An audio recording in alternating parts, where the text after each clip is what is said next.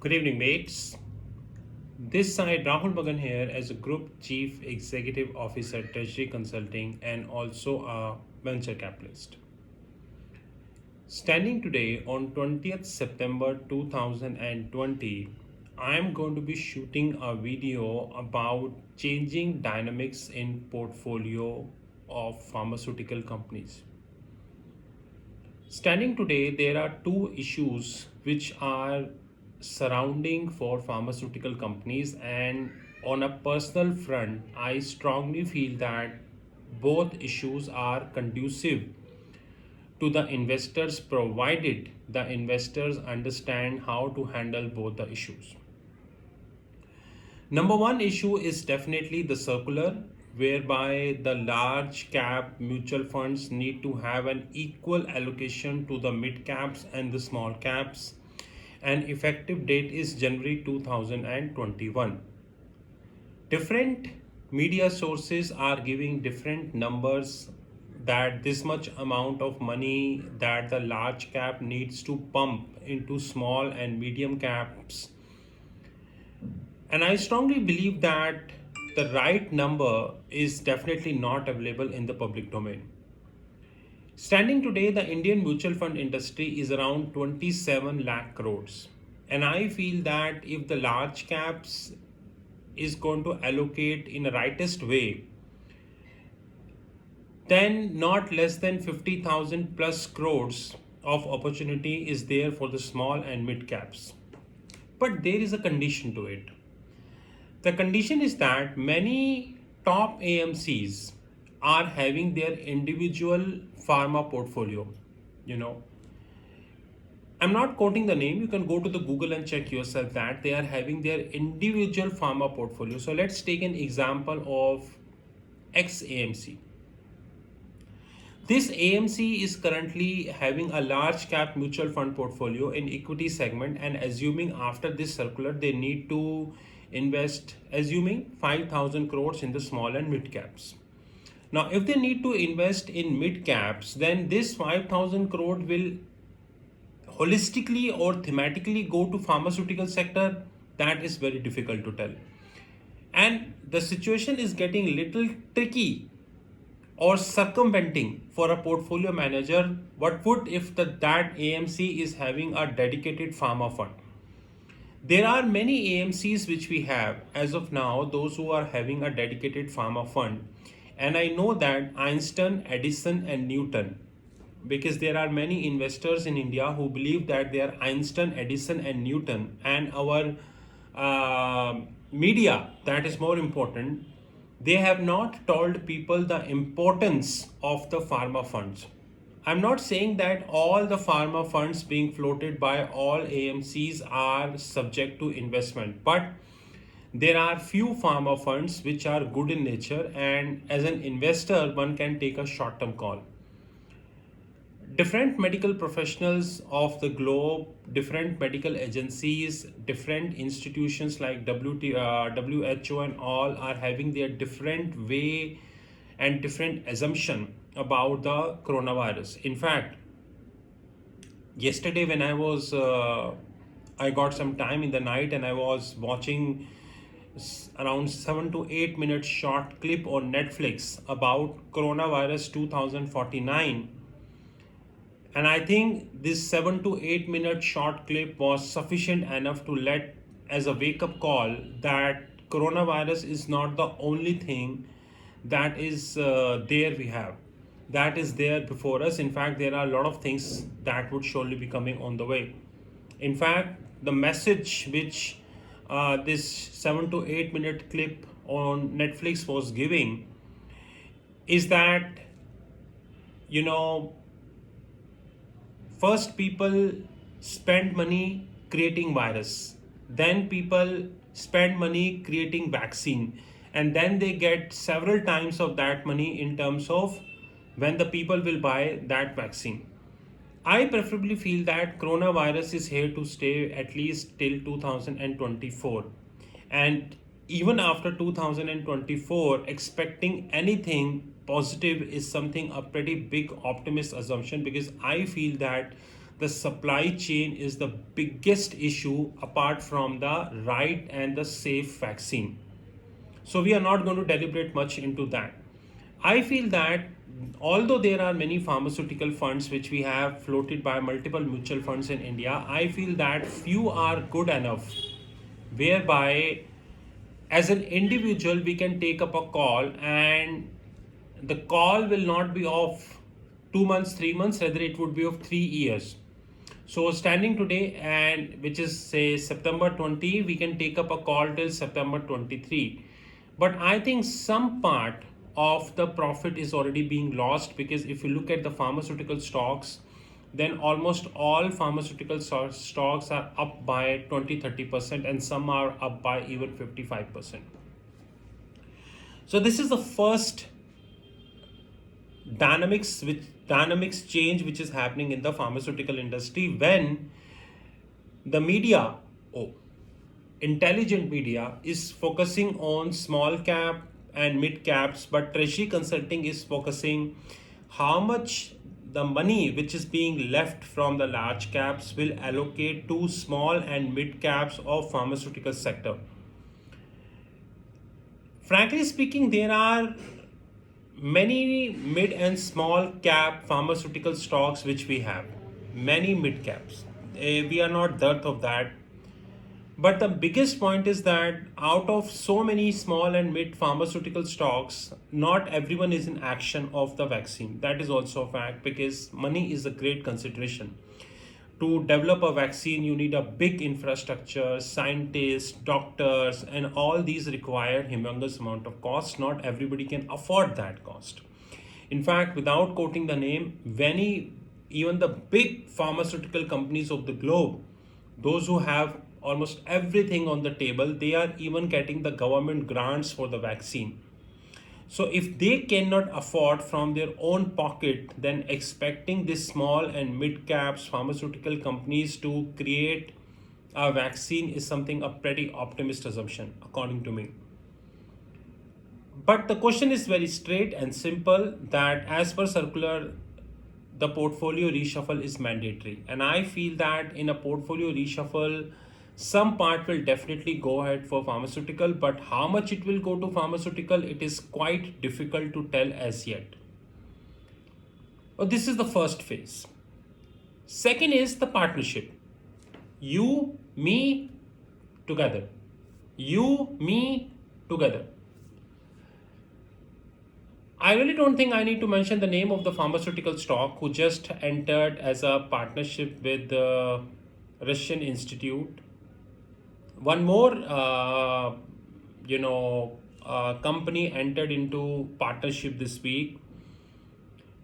I think the pharmaceutical industry is moving towards partnership theory, whereby you have some strength, I have some strength, together we have some strength.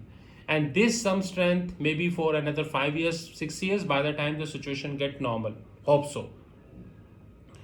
In that regards, it is the utmost duty of an institutional investor, FII, FPIs, QIBs and all. It is the duty of a HNI, high net worth individual. It is the duty of the PMS and other professional to have a clarity who is doing partnership with whom, and which partnership will end up multiple benefits. So I would like to give an example in that regards. HAL, Hindustan Aeronautics Limited. All of a sudden, one day, Hindustan Aeronautics Limited share price was like 1400. It created a puzzle in the mind of clients and many people, that is Hindustan Aeronautics is heading towards 1800, probably 2000. My research was very clear that Hindustan Aeronautics Limited is having a bright future, no doubt about that, but expecting a sudden jump in a share price is little optimist in nature.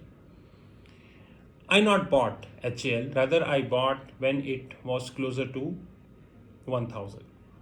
I not bought at 1400. I term this as an operator game, whereby operator create a scenario in such a way that it push people to enter into the market.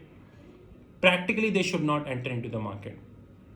The last week, two such partnership announced in public domain. In one of the partnership, the share price rose like, and in another partnership, both companies are unlisted in nature, so no impact on the share price.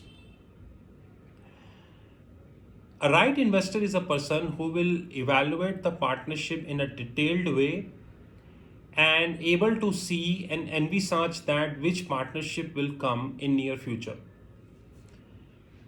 To conclude this video, I feel that the pharmaceutical sector in India, specifically talking, like I'll just take a break here and would like to give some fact. Treasury Consulting yesterday night started reporting of three indexes: SPX, Standard & Poor, NDX, Nasdaq, and Dow Jones.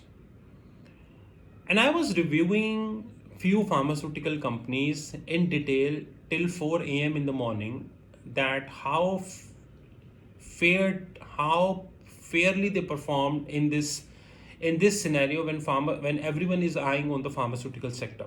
Everybody, from Donald Trump from an election angle, WHO from the relief angle, countries from a stability angle, everyone is watching towards pharmaceutical companies, different angle, different perspective, but ultimate goal is one, that we need to relieve this world from a big issue known as coronavirus. And I was very surprised that few companies, like, I don't quote the name, but they were very preemptive in terms of vaccine. They claimed that they were in trial 1, trial 2, but when I look at the GP function, in Bloomberg we have GP function, when I look at the GP function and GR function of these companies, I was like, boss, the stock price not fared well. But when I look at few Indian companies, and I got to know that the percentage increase the US companies got in their stock, and the percentage increase Indian companies got is like the difference between the income of Shah Rukh Khan and a manager who is working in any company. A manager who is working in any company, his income cannot be compared with the income of Shah Rukh Khan. It was like this. So that pushed me to think that how command operators are holding in the Indian stocks, that the biggest research on coronavirus is actually being done by the American companies. Although there is a theory in the public domain that, and Trump himself came in public domain and said that Russians and Chinese hackers are trying to conceal, to take the information in an unauthorized way from their companies. But God knows how accurate are these remarks, and what is the evidence on that. Anyways, I feel that if you're an investor and you're able to envisage a right partnership, then I'm damn sure as and when this partnership will get announced, considering the movement in the US stocks and considering the movement in the Indian stock on Bloomberg, I feel that the share price of this company might be 20% up in one session. And I feel that there are three pharmaceutical companies who can go ahead with direct and indirect partnerships. So standing today, Treasury Consulting is taking positions, or already having positions in 21 pharmaceutical stocks, which includes the large caps, mid caps, and small caps. Overall, our portfolio is 20% up, whereby some individual stocks are even 60% up. Personally, I'm not selling this. I'm holding this for long. But one thing I'm sure is that sooner or later, there are two actions that are bound in pharmaceutical stock. Action number one, a big fund will come and they will go ahead and buy a stake in that pharmaceutical company.